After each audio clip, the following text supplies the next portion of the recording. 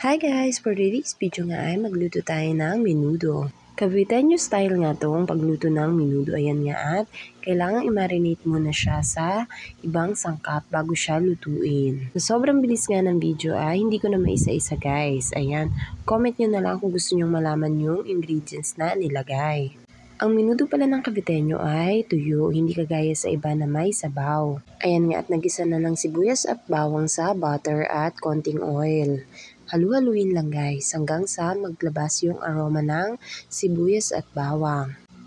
Pag okay na nga siya guys ay pwede na nating ilagay yung minarinate kanina. Ayan nga at halu-haluin. Ayan, nilagyan na rin ng liver spread.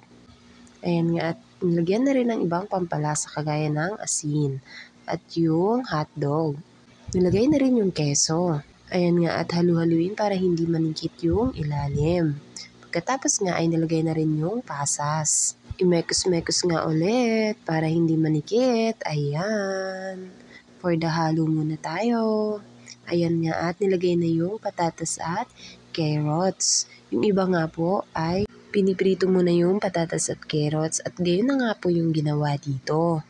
Ayun nga po ang mga sangkap na kailangan sa menudo ng Caviteño. Sana po ay natutunan kayo at nag-enjoy kayo sa aking munting video.